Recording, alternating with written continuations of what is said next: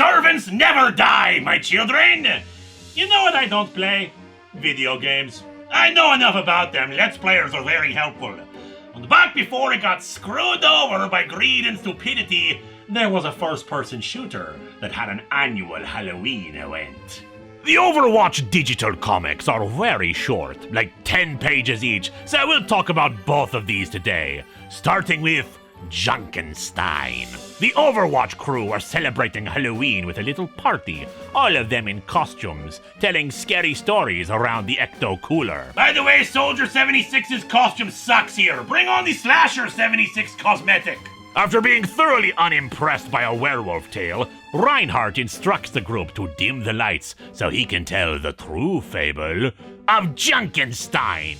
In the heart of the Black Forest, in a town called Adlersbrunn, there was a terrible curse that afflicted the land. Within this land, there was a brilliant mad scientist named Junkenstein, who created lifelike automatons that were unappreciated by the lord of the land. As such, Junkenstein swore that he could create true life, a monster that he tried to imbue with the spark of life.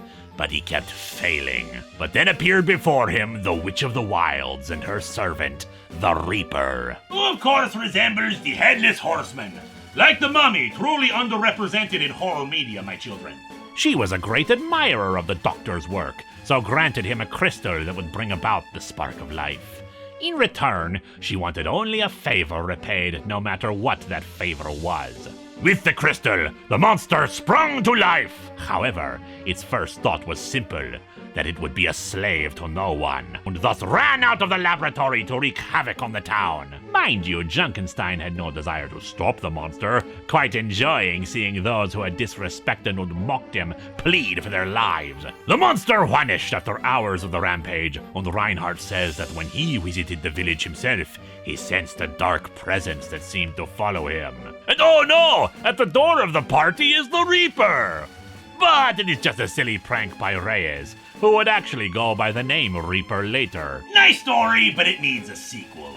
The return of Junkenstein has no framing device, instead just a narrative.